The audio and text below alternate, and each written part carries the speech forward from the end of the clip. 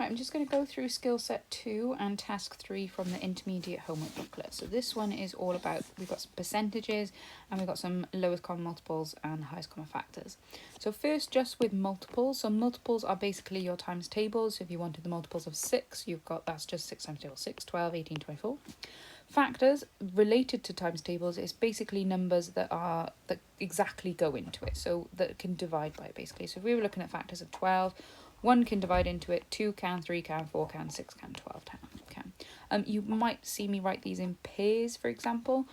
So if I wanted the factors of 20, you think of two numbers that multiply to make 20. So we got 1 times 20, 2 times 10, and 4 times 5, and those are all your factors then of 20. Prime number only has two factors, being 1 and itself. For example, 17 is a prime number because only 1 and 17 go into it. It only has two factors. So don't forget, the definition of a prime number is that it has two factors. The number 1 is not a prime number because it only has one factor.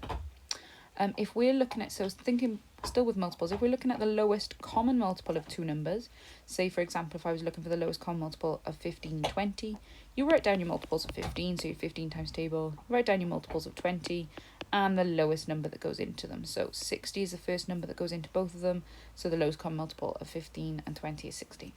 Highest common factor, again, right, if you're looking at two numbers, so let's say we were looking at 20 and 30, you write down your factors of 20, you write down your factors of 30, and which one is the highest? It's 10 on that one. We've also got some work on percentages. So there is some percentage rules, okay? So don't forget that most important one is 10%. So to find 10% of any number, you just divide it by 10.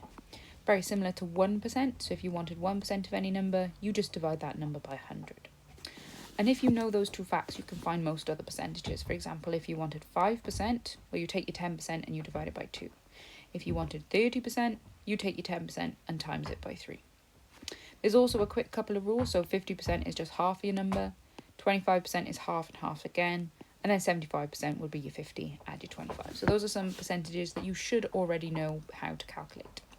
If we're finding one number as a percentage of another, so for example, if we're finding 13 as a percentage out of 20, if you write that as a fraction, for example, if you had 13 out of 20 on a test, and you want that as a percentage, you can get any fraction as a percentage as long as the denominator is out of 100. So if you change your denominator out of 100, whatever the top number is, that's your percentage. Okay, so to go from 20 to 100, we would times by 5. So we're also going to times the top by 5. So that's 13 times 5 to get 65. So the answer would be 65%. So I'm going to go through task 3 now. So we've got, first of all, the factors of 30. So I'm going to write them in pairs. So you want pairs of numbers that multiply to make 30. So I got 1 and 30. 2 times 15, 3 times 10, and 5 times 6. Next one, so those are all your factors of 30. Next one, we want the 4th and 7th multiple of 8. So the 4th is just going to be 4 times 8, which is 32. And your 7th is just going to be 7 times 8, which is 56. So those are your two multiples of 8 by there. Factors of 35, again, I'm going to write them as pairs. We've got 1 and 35.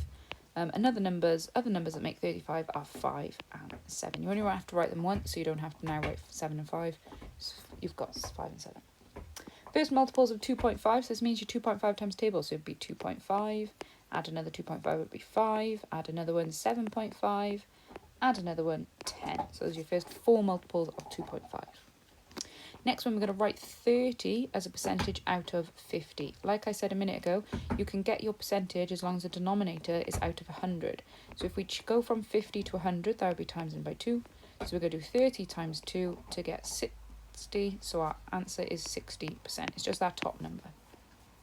Next one, 17 as a percentage out of 20. Again, we want to change it to out of 100. So how do we go from 20 to 100? We would times it by 5. So we need to do 17 times 5 as well to get 85, and then it's just that top number, so it'd be 85%. So you can only do that as long as it's out of 100. Next one, 3 out of 25. We want that out of 100, so how do we go from 25 to 100? We would times by 4, times the top by 4 as well, so you get 12, so it's just 12%. Next one, we got 9 out of 25. Again, to go from 25 to 100, we would times by 4. So we're going to do 9 times 4 as well to get 36. So those are equivalent fractions, so it's just 36%. Highest common factor of 20 and 24. So you'd write down all your factors of 20, all your factors of 24, and the highest one is just 4. Next one, highest common factors of 50 and 60. So you write down your factors of 50, write down your factors of 60, and the highest one is 10. Lowest common multiple, so you do your 6 times table and your 10 times table until you get the lowest number, which is 30. The biggest mistake people make is they think they can just do 6 times 10 to get 60, but very careful because 30 is in both of those times tables. Again, you want the lowest number in the 8 times table and the 6 times table, which is 24. Right, 30% of 60, we do 10% first, so 10% is just going to be divide 60 by 10 to get 6. So 30% would be 3 lots of that to get 18. 75%, if we do 50% first, so 50% is going to be 62. 25% again is just going to be half of that again, so that's going to be 31. So 75% is just add those two together to get 93. 20% of 70, so 10% is just divide 70 by 10 to get 7. So 20% is going to be double that to get 14.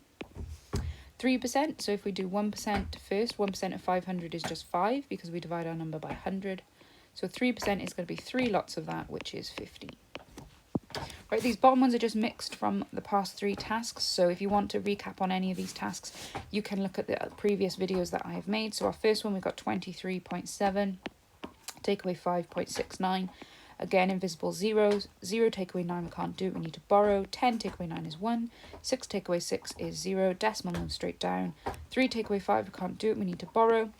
13 take away 5 is 8. And 1 take away nothing is 1. Times the decimals, 8 times 4 is just 32.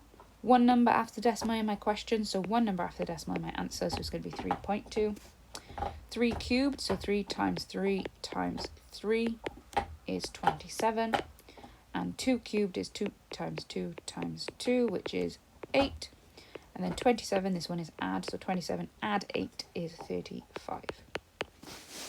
Next one is the boom boom pow trick for as I'm subtracting fractions, sorry. So we're going to do 5 times 3 first, which is 15, 2 times 6 is 12, we're subtracting, and 6 times 3 for the bottom is 18, 15 take away 12 is 3 out of 18, which can also be written as 1 over 6 if you divide them both by 3.